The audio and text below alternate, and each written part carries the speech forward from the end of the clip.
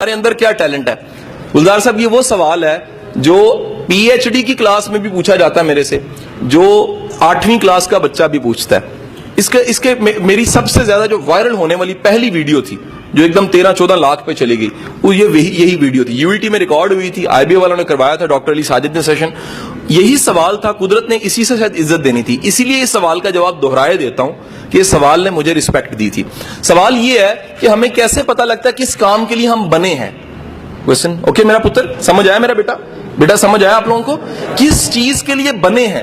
یاد رکھیے گا، جس کام کے لیے بنے ہوتے ہیں پہلی نشانی یہ ہے وہ کام آپ کو ٹائم اینڈ سپیس سے آؤٹ کر دیتا ہے۔ اس کو اردو میں کہوں، زمان و مکان سے اگر کام آزاد نہیں کرتا وہ کام آپ کا نہیں ہے۔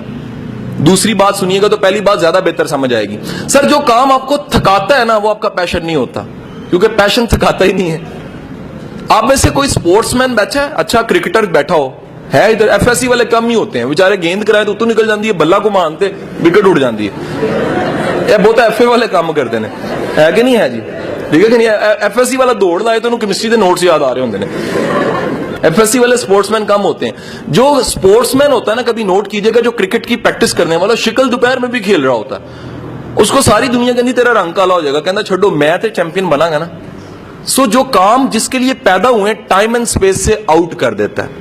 جو کام آپ کو تھکائے وہ کام آپ کا کام نہیں ہے۔ قدرت جس کام میں آپ کو جس سانچے میں بنا، پنکھا آج تک نہیں تھکا، ذرا نوٹ کرو، کبھی سالوں بعد کمپنی اچھی نہیں جل جاتا ہے، کیونکہ بنا ہی ہوا دینے کے لیے۔ اس سے ذرا کوئی اور کام لے کے دیکھیں، اس سے کوئی اور کام لیں، اس کے لیے بنا ہی نہیں ہے۔ آپ کا قلم جون سا ہے، قلم جسے لکھتے ہیں وہ لکھنے کے لیے بنا ہے، ختم ہوتا ہے تو تھک جاتا ہے، کیونکہ ختم ہو گیا نا، وہ اس کی ڈیتھ ہو گئی۔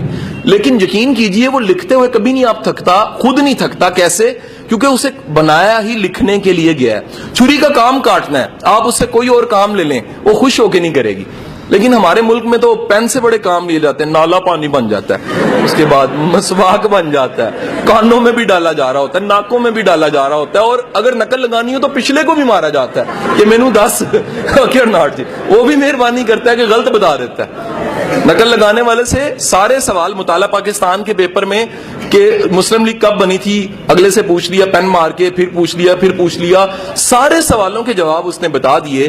آخر میں اس نے خود سوال آگے والے نے پیچھے مڑ کے کیا، اور یار یہ پاکستان کب بنا تھا؟ تو اسے پتا لگا وہ سارے جواب جو اس نے لکھوائے تھے وہ سارے غلط تھے، جس کو پاکستان بننے کا نہیں پتا۔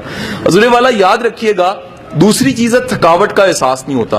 سر تیسری بات یاد رکھیے گا، جس کام سے قدرت نے آپ کے ساتھ جوڑنا ہوتا ہے، قدرت نے پیدا کیا ہوتا ہے جس کام کے لیے، اس کام سے آپ کی عزت جڑ جاتی ہے، آپ اسے رسپیکٹ کمانے لگ پڑتے ہیں۔ اگر آپ کا کام، میں اساتذہ کرام کو، پروفیسروں کو پورے پنجاب کے ہیڈ ماسٹر پڑھانے کے بعد یہ بات کہتا ہوں کہ خدا کے بندو، ٹیچنگ ایک ایسا پروفیشن ہے جس میں ذات کا چوڑا بھی آ جائے تو عزت کما جاتا ہے۔ یہ جملہ بڑا خطرناک میں نے بولا، اسٹریٹ فارورڈ بولا ہے، ذات کا چوڑا بھی آ جائے نا ٹیچنگ میں عزت کما جاتا ہے۔ ہمارے معاشرے کا المیہ یہ ہے کہ ہمارا ٹیچر عزت نہیں کما سکتا۔ وجہ کیا ہے؟ نہ وہ استاد والا کردار ہوتا ہے اور نہ استاد والا مزاج ہوتا ہے۔ تو حضور والا یاد رکھیے گا، جس کام سے قدرت نے آپ کو جس کام کے لیے پیدا کیا ہوتا ہے اس کام سے آپ کی رسپیکٹ جڑ جاتی ہے۔ چوتھی چیز یاد رکھیے گا، سر جس کام کے لیے پیدا ہوئے ہوتے ہیں اس میں معاوضے سے بھی آزاد ہو جاتے ہیں۔